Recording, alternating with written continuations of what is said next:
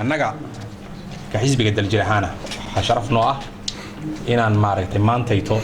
madashaan iyo isku imaatinkan inaan soo dhaweyno oo mataqaana marti noo wada ahaadaan oo baaqan ku soo wada saarno si gooni ay sharaf noogu tahay waxaan rabaa inaan xasuusiyo hadda ka hor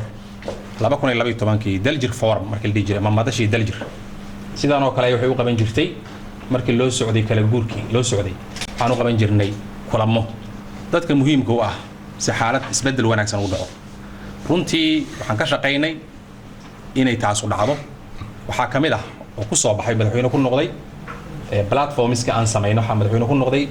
madaxweynaha hadda wadanka jooga oo waqtigiisu waa dhamaaday iyo gudoomiyaha baarlamaanka Maxamed Sheekh Usmaan Jawaari laftigiisu wuxuu kamid ahay daljir platformskii abuurtay ee ka soo qayb gali jireen maanta sidoo kale tadana waxaan u istaagaynaa mar labaad in isbedel wanaagsan uu dhaco mar hadduu isbedel ku qaldamo waxa ka dambeeya way qaldamayaan marka sidoo kale aan u taaganahay shaqadii aan mataqaana qaban jirnay oo lagu bartay ayaan qabanaynaa xisbiga daljirahaana walaalaheen iyo asxaabta iyo murashaxiinta iyo dhammaan inta isbedelka doonaysa waxaan isku nahay garab waxaan ka wada shaqeynaa baaqaas aad maqasheen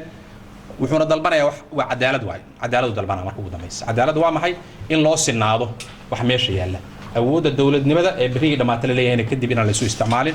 oo bari ku ekaato qofkii murashax ah murashaxiinta afkoodu soo galaya waa soo dhaweynaynaa anaga laftigeenu ka xisbiga daljirahaana inay mataqaana ku soo biiraan ayagoo murashaxiin inay ku soo biiraan laakiin ayagoo dawlad ah oo awooddu la isticmaalaya